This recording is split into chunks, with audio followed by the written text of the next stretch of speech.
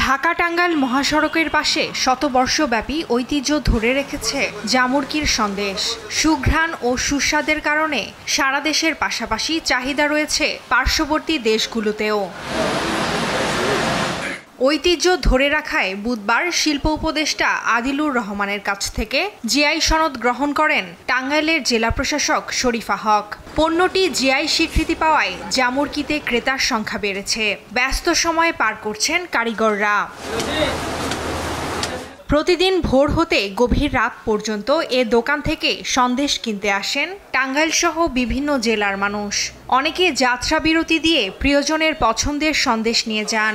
দোকান আধুনিকায়ন সহ মান ধরে রাখার দাবি ক্রেতাদের। প্রায় 100 বছরের পুরাতন একটি মিষ্টি এবং আমরা যারা টাঙ্গাইলে বসবাস করি আমরা প্রায়ই এই কালেদাসের সন্দেশটি খাই। আমাদের আগের প্রজন্ম এই সন্দেশটি খেয়েই বড় হয়েছে এবং আমরা খুবই আনন্দিত যে এবার এই কালেদাসের সন্দেশ পণ্যটি জিআই স্বীকৃতি পেয়েছে। অনেক দূর দূরান্ত থেকে লোক আসতেছে, দেখতেছে। এই যে আমার ভাইয়েরা আসছে, বিভিন্ন জায়গা থেকে লোকজন আসতেছে জিআই স্বীকৃতি পাওয়ার।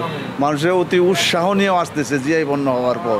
জিআই পণ্যের স্বীকৃতি পাওয়ায় সন্তোষ প্রকাশ করেন কারিগররাও। এত স্বাদ, মনে করেন যে ছানার মধ্যে একটু পানি রাখি না, ভালো করে টিপে পানিটা ফালিয়ে দিয়ে তারপরে পাকটা যে দেই, এটা হলো আগে যারা 100 বছর আগে যারা পাক দিছে তারাই শিখে থেকে গেছে।